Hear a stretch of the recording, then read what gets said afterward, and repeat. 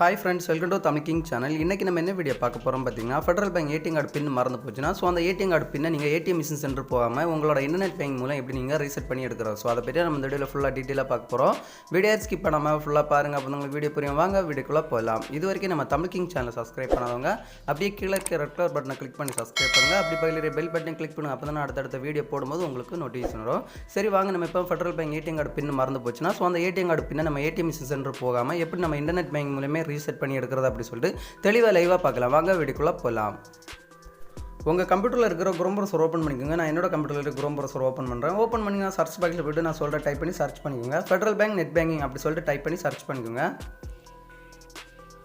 Search பண்ணிங்கன்னா next ஒரு page ஒன்று ஓப்பன் ஆகும். ஸோ இதில் பார்த்தீங்கன்னா ஃபஸ்ட்டு ஃபெட்நெட் இன்டர்நெட் பேங்கிங் அப்படி சொல்லிட்டு ஒரு வெப்சைட் இருக்கு. அந்த வெப்சைட்டை செலக்ட் பண்ணிக்கோங்க. அந்த வெப்சைட்டை செலக்ட் பண்ண அப்புறம் பார்த்தீங்கன்னா 3 ஆப்ஷன் கொடுத்துருப்பாங்க. ஃபஸ்ட்டு பார்த்தீங்கன்னா பர்சனல் பேங்கிங் அப்படி சொல்கிற ஆப்ஷன். ஸோ அந்த ஆப்ஷனை கிளிக் பண்ணிட்டு ரைட் சைடு கீழே பார்த்தீங்கன்னா கண்டினியூ டு லாகின் அப்படி சொல்கிற ஆப்ஷன். ஸோ அந்த ஆப்ஷனை செலக்ட் பண்ணிக்கோங்க. அந்த ஆப்ஷனை செலக்ட் பண்ண அப்புறம் பார்த்தீங்கன்னா நெக்ஸ்ட் ஒரு பேஜ் ஒன்று ஓப்பன் ஆகும். ஸோ இதில் பார்த்தீங்கன்னா user ID, password, mobile number, verification code அப்படி சொல்லி 4 பாக்ஸ் கொடுக்குறோம். ஸோ 4 நீங்கள் ஃபில் பண்ணிட்டு கீழே பார்த்தீங்கன்னா லாகின் அப்படி சொல்கிற ஆப்ஷன் பாருங்கள். ஸோ அந்த ஆப்ஷனை செலக்ட் பண்ணிக்கோங்க.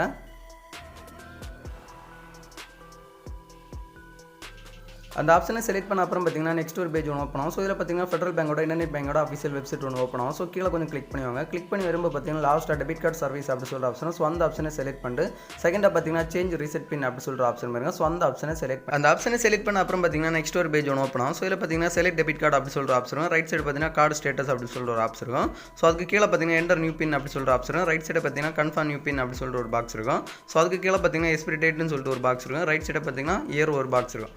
ஸோ அதாவது பார்த்தீங்கன்னா செலக்ட் டெபிட் கார்டு கொடுக்குற இடத்துல உங்களோட ஏடிஎம் கார்டை நீங்கள் அதில் செலக்ட் பண்ணிக்கோங்க. செலக்ட் பண்ண கீழே பார்த்தீங்கன்னா என்டர் நியூ பின் அப்படி சொல்லி கொடுத்துற பாக்ஸில் உங்களுக்கு புதுசாக பிடிச்ச மாதிரி ஒரு பின்னை நீங்கள் அதில் என்ட்ரி பண்ணிக்கோங்க. ரைட் சைடு பார்த்தீங்கன்னா கன்ஃபார்ம் நியூ பின் அப்படி சொல்லி கொடுக்குற இடத்துல லெஃப்ட் சைடு கொடுத்த அதே பின் நீங்கள் ரைட் சைடு கொடுத்துக்கோங்க. கொடுத்த அப்புறம் கீழே பார்த்தீங்கன்னா எக்ஸ்பிரி டேட்டு மந்தும் இயரும் அந்த உங்களோட ஏடிஎம் கார்டில் இருக்கும். அதை பார்த்து நீங்கள் இதில் என்ட்ரி பண்ணிக்கோங்க. என்ட்ரி பண்ணிட்டு எல்லாமே கிளியராக இருக்குது அப்படி சொல்லிட்டு செக் பண்ணி பார்த்துட்டு ரைட் சைடு பார்த்தீங்கன்னா நெக்ஸ்ட் அப்படி சொல்கிற ஆப்ஷன் பாருங்கள். ஸோ அந்த ஆப்ஷனை செலக்ட் பண்ணிக்கோங்க.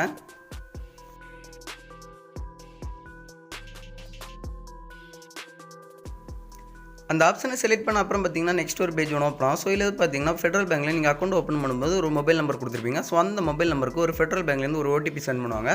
ஸோ அந்த ஓடிபி எடுத்து இந்த பாக்ஸில் என்ட்ரி பண்ணிட்டு ரைட் சைடுக்கு கீழே பார்த்தீங்கன்னா உங்களுக்கு சப்மிட் அப்படி சொல்கிற ஆப்ஷன் பாருங்கள். ஸோ அந்த ஆப்ஷனை செலக்ட் பண்ணிக்கோங்க. இப்போ நான் என்னோட மொபைலுக்கு வந்து ஓடிபி எடுத்து நான் அதில் சப்மிட் ஆப்ஷன் கிளிக் பண்ணுறேன். ஸோ இந்த மாதிரி நீங்கள் வீடியோ பார்த்து கிளியராக பண்ணிக்கோங்க.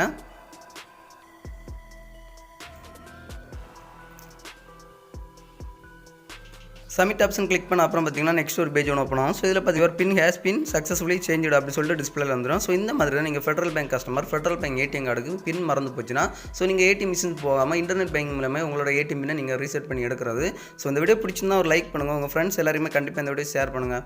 மறக்காமல் நம்ம தமிழ் கிங் சேனலை சப்ஸ்கிரைப் பண்ணுங்கள். இன்னொரு நல்ல ஒரு இன்ஃபர்மேஷன் வீடியோட வந்து உங்களை சந்திக்கிறேன். உங்களோட இந்த வீடியோ பெறுவது தமிழ் கிங். தேங்க்யூ. இந்த வீடியோவில் ஏதாவது டவுட் இருந்துச்சுன்னா என்னோட கமெண்ட் பாக்ஸில் கமெண்ட் பண்ணுங்கள். நான் கண்டிப்பாக உங்களுக்கு எனட்டானா ரிப்ளை தரேன். தேங்க்யூ.